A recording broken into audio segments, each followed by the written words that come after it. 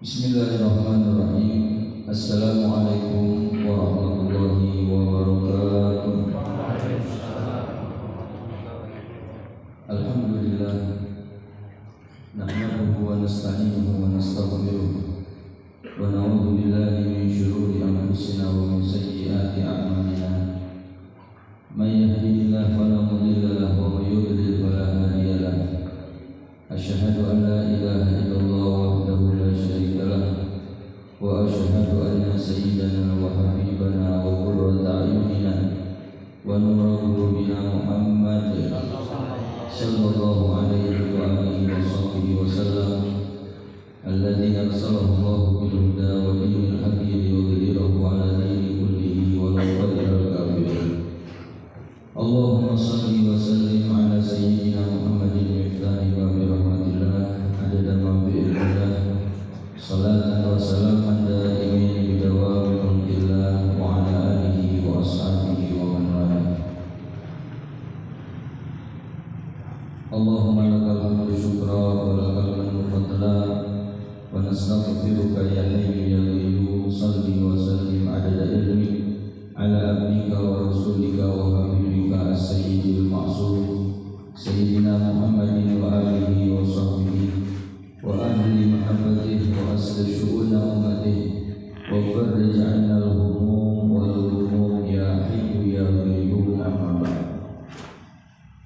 Hadratal muhtaramin, para alim ulama, para ajaran, para kiai, para sepuh, para tokoh masyarakat, aparat pemerintah, wabil khusus para habaib yang saya hormati dan yang dimuliakan Allah Subhanahu wa taala, kesepuhan pondok pesantren Al-Mubarak beserta santri-santrinya yang saya hormati dan yang dimuliakan Allah Subhanahu wa taala, para hadirin wal hadirat kaum muslimin wal muslimat rahimakumullah. Pertama dan yang paling utama, marilah kita panjatkan puji syukur kehadirat Allah Subhanahu wa taala atas taufik hidayah serta inayahnya. Allah Subhanahu wa taala telah mengumpulkan kita di tempat yang mulia ini, di tempat yang sedang diturunkan rahmat oleh Allah Subhanahu wa taala, di tempat yang sedang dihujani keberkahan oleh Allah Subhanahu wa taala. Yang mudah-mudahan berkumpulnya kita di tempat ini dengan harapan, mudah-mudahan apa yang menjadi hajat kita semua dikabulkan oleh Allah Subhanahu wa taala. Namun menjadikan pemaksa dan kurang sedaya ayat yang dijabahnya Allah Subhanahu wa taala. Sareng mudah-mudahan kurang khusus almarhum Bapak Hafid bin Haji Hasbullah ditempatkan di tempat yang mulia di sisi Allah Subhanahu wa taala, mendapatkan kenikmatan di alam kuburnya, mendapatkan tempat yang istimewa di hadapan Allah Subhanahu wa taala, mendapatkan syafaat Nabi besar Muhammad sallallahu alaihi wasallam. Dan mudah-mudahan orang tua kita yang sudah meninggalkan kita, mereka juga ditempatkan di tempat yang istimewa, penuh dengan keberkahan, penuh dengan maghfirah Allah Subhanahu wa taala. Amin ya Allah ya rabbal alamin. Para hadirin wal hadirat yang dimuliakan Allah Subhanahu wa taala,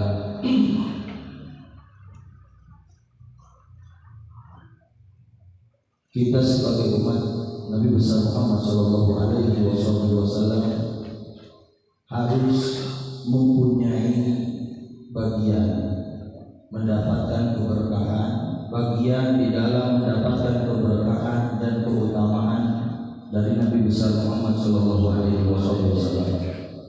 Tentunya kita semua sebagai umatnya Rasulullah sallallahu alaihi wasallam yang kita harapkan, yang kita inginkan yaitu kehidupan yang bahagia. Saya yakin semua yang hadir di tempat ini yang diharapkan yaitu hidup bahagia. Hidup bahagia dunia dan akhirat. Maka oleh karena itu kita sering berdoa dengan doa Rabbana atina fid dunya hasanah wa fil akhirati hasanah wa qina adzabannar.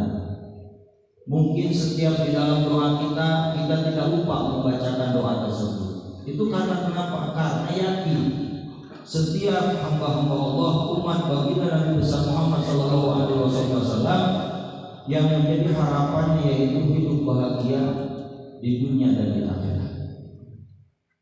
Di dunia ingin lancar semua urusan, di dunia ingin semuanya beres, ingin dijadikan kehidupan yang penuh dengan kebahagiaan, dan apalagi nanti di akhirat mungkin cita-cita kita ingin masuk ke dalam surga.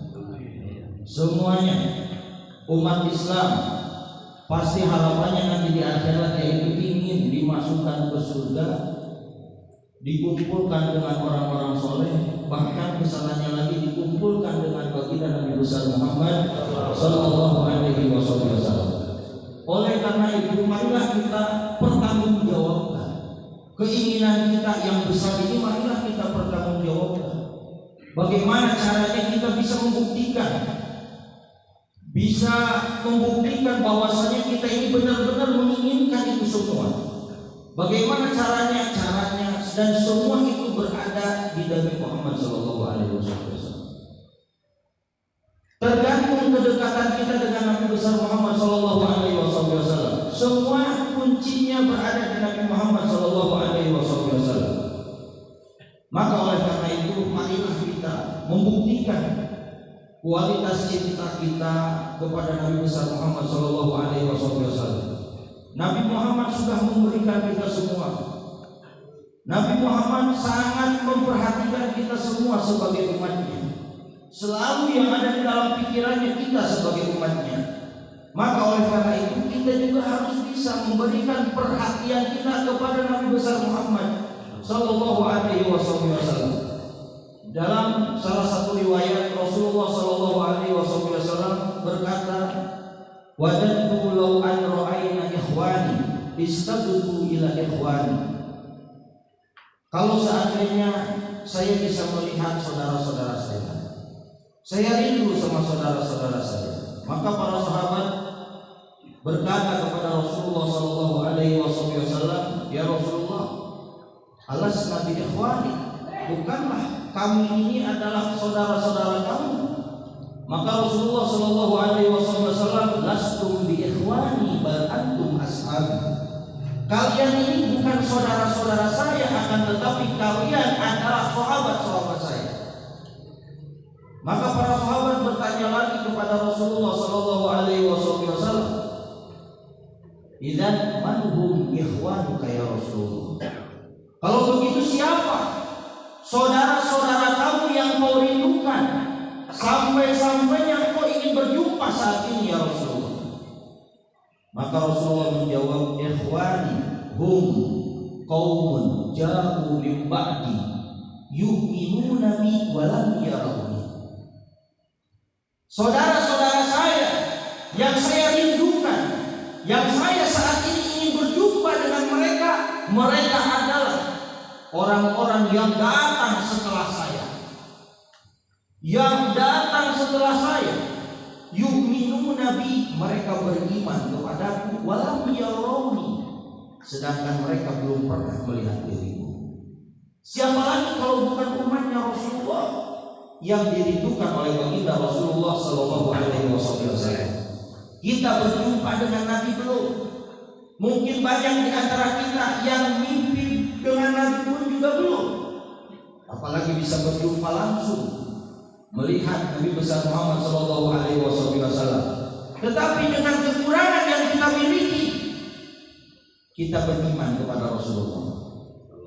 Kita berusaha untuk membuktikan cinta kita kepada Rasulullah Sallallahu Alaihi Wasallam, walaupun masih banyak kekurangan. Salawat kita masih bisa dihitung dengan hitungan jari setiap hari. Berapa kali salawat yang sudah kita hadiahkan untuk Rasulullah di setiap hari kita? Tetapi kita kekeh mengaku kita ini cinta kepada Nabi Muhammad. Apa buktinya?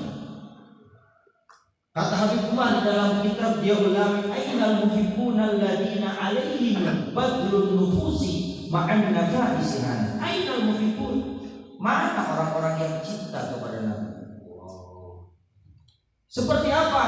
Ainal muhibbuna alladziina 'alaihim badlun nufusi ma'an nafaisihana, yang mengorbankan jiwa raganya untuk Nabi besar Muhammad sallallahu alaihi wasallam.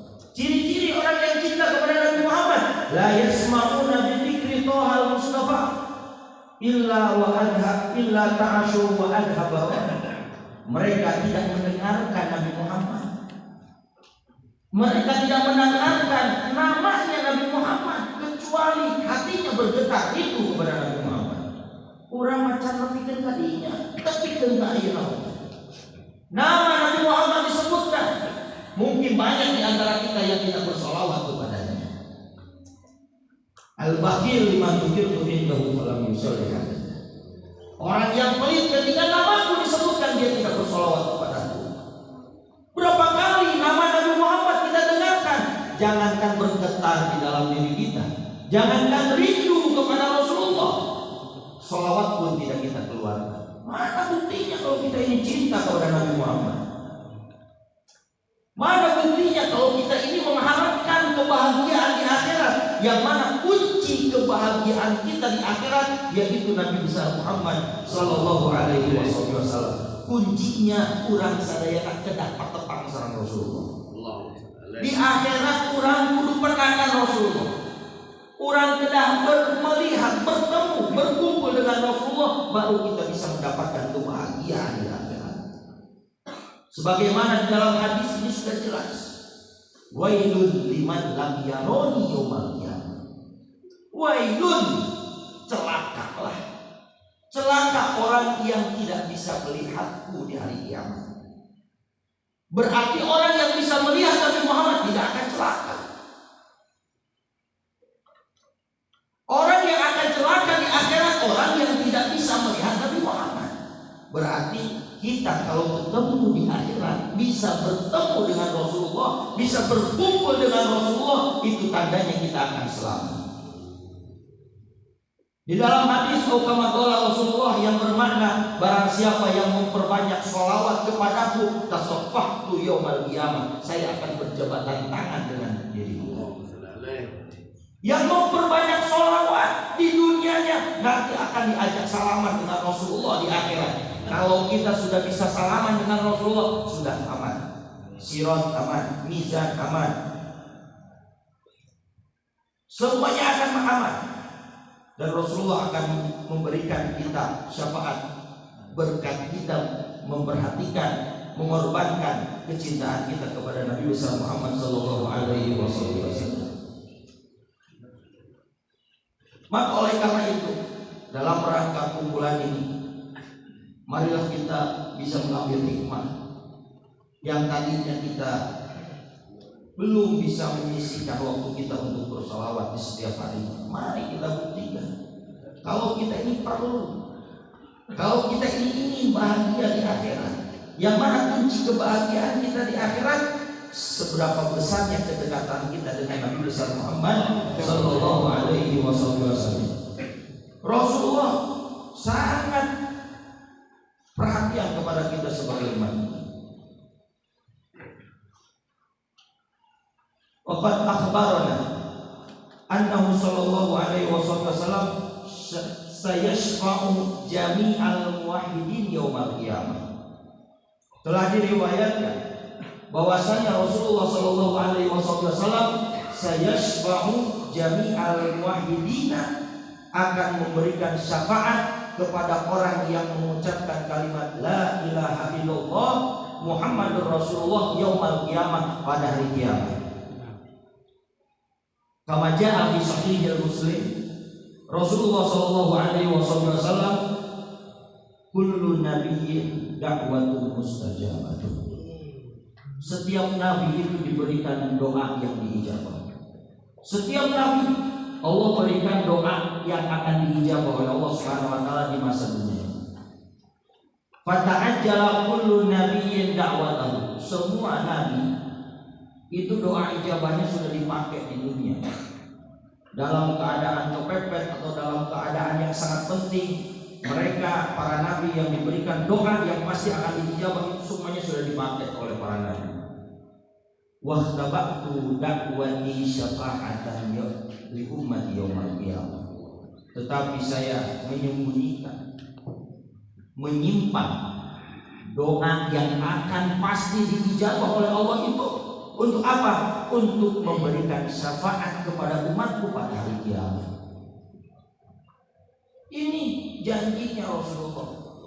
Dalam keadaan kepepet pun Rasulullah tidak pernah menggunakan doa tersebut.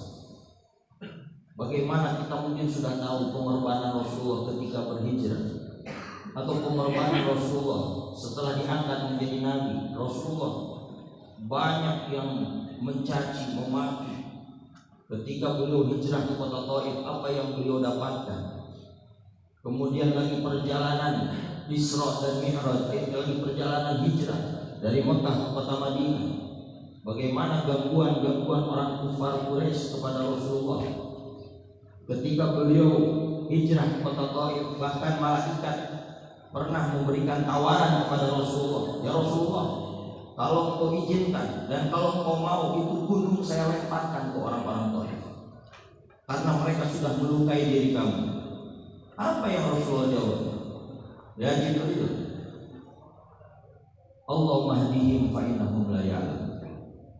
Ya Allah, berikanlah mereka hidayah karena sesungguhnya mereka tidak tahu. Dan saya berharap kepadamu ya Allah, ada di antara keturunan orang Taif ini yang menyembahmu nanti di hari-hari yang selanjutnya. Tidak dipakai doa itu. Kalau kita kan dalam keadaan kepepet, wah doa sudah sekala kita bacakan ya. Tetapi Rasulullah tetap menjaga doa tersebut, disimpan baik-baik. Untuk apa? Untuk nanti di akhirat akan digunakan oleh Rasulullah. Rasulullah akan sujud di hadapan Allah dan tidak mau mengangkat dari sujudnya, sehingga Allah berkata, ya Muhammad irfa' ra'sak wa sa'altuka. Ya Muhammad, angkat kepalamu, minta apa yang kau inginkan akan saya ijabah. Ketika ada tawaran dari Allah, Rasulullah baru mengangkat kepala dari sujudnya dan meminta kepada Allah, ya Allah, masukkanlah semua umatku ke dalam surga. Amin. Amin. Itu perhatian Rasulullah kepada kita sebagai umatnya. Lah kita apa yang sudah kita korbankan untuk Rasulullah? Maka oleh karena itu, marilah kita jalani kehidupan ini dengan